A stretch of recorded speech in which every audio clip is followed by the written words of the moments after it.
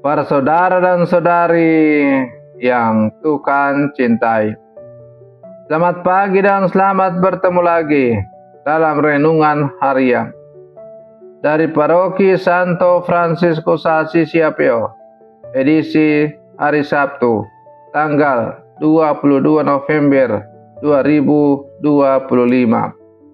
Hari ini Gereja Semesta memperingati peringatan wajib Santa Cecilia, perawan dan martir. Mengawali hari yang baru ini, kita hendak mendengar dan merenungkan sabda Tuhan. Marilah sebelum kita mendengar dan merenungkan sabda Tuhan, kita berdoa. Dalam nama Bapa dan Putra dan Roh Kudus. Amin. Allah Bapa yang Maha Kasih, Engkau menggembirakan kami dengan peringatan Santa Cecilia pada hari ini.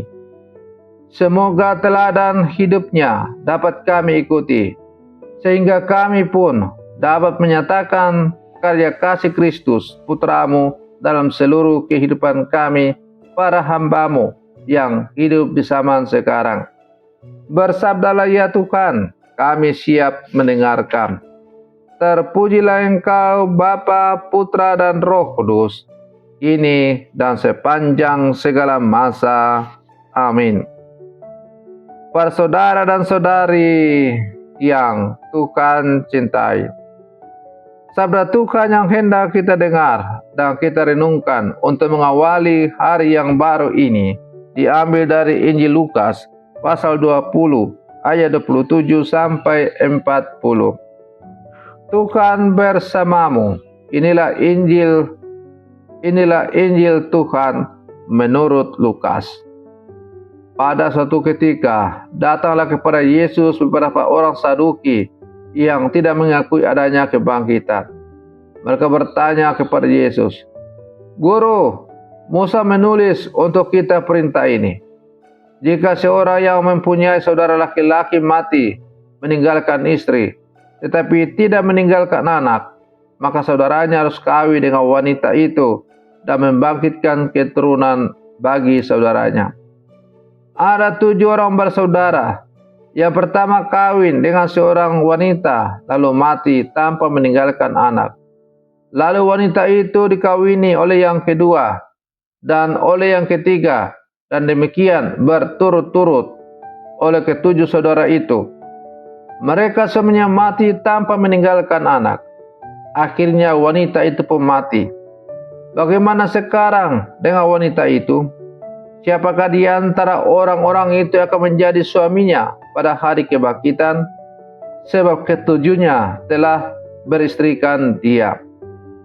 Berkatalah Yesus kepada mereka, "Orang dunia ini kawin dan dikawinkan, tetapi orang yang dianggap layak mendapat bagian dalam dunia yang lain itu dan dalam kebangkitan dari antara orang mati tidak kawin dan tidak dikawinkan. Sebab mereka tidak dapat mati lagi. Mereka sama dengan malaikat-malaikat dan menjadi anak-anak Allah karena mereka telah dibangkitkan." Tentang bangkitnya orang-orang mati, Musa telah memberitahukannya dalam nas tentang semak duri, di mana Tuhan disebut Allah Abraham, Allah Ishak, dan Allah Yakub.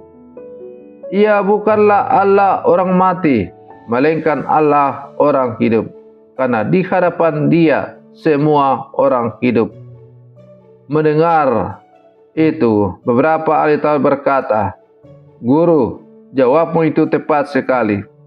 Maka mereka pun tidak berani lagi menanyakan apa-apa kepada Yesus. Demikianlah sabda Tuhan. Para saudara dan saudari yang Tuhan cintai, melalui bacaan Injil yang baru saja kita dengar bersama, kita mendengar kisah Yesus yang berhadapan dengan sekelompok orang Yahudi, golongan yang tidak percaya akan adanya kebangkitan orang mati. Mereka mencoba menjebak Yesus dengan pertanyaan yang cerdik tentang seorang perempuan yang menikah dengan 7 saudara, satu demi satu, sesuai hukum Musa. Mereka bertanya, di dunia kebangkitan nanti, istri siapakah perempuan itu? Pertanyaan ini bukanlah tanda iman, melainkan upaya untuk menertawakan misteri kebangkitan. Namun, Yesus menanggapinya dengan kebijaksanaan surgawi. Orang-orang yang dianggap layak untuk mendapat bagian dalam dunia yang lain dan dalam kebangkitan dari antara orang mati tidak kawin dan dikawinkan. Sebab mereka sama seperti malaikat-malaikat dan mereka adalah anak-anak Allah karena mereka telah dibangkitkan. Yesus menegaskan bahwa hidup setelah kebangkitan bukanlah kelanjutan dari hidup dunia ini, melainkan hidup baru dalam hadirat Allah. Dan puncak pewartaannya adalah kalimat yang mengguncang hati. Ia bukan Allah orang mati, melainkan Allah orang hidup, sebab di hadapannya semua orang hidup. Para saudara dan saudari yang Tuhan cintai, orang Saduki gagal memahami makna kebangkitan karena mereka memandang kehidupan dengan cara duniawi.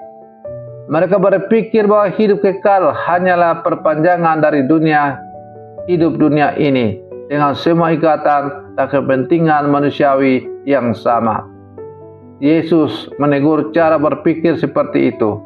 Ia mengingatkan bahwa kehidupan yang dijanjikan Allah bukanlah sekedar kelanjutan, tetapi transformasi total, hidup baru, penuh kemuliaan, di mana kita hidup hanya untuk Allah dan kasih-Nya. Banyak orang zaman ini juga seperti kaum Saduki, percaya kepada Tuhan tapi tidak sungguh yakin akan kehidupan kekal. Kita sibuk membangun dunia seolah-olah inilah segalanya. Kita takut kehilangan seakan mati adalah akhir segalanya. Yesus hari ini mengingatkan, mati bukan akhir tetapi awal dari kehidupan yang sejati.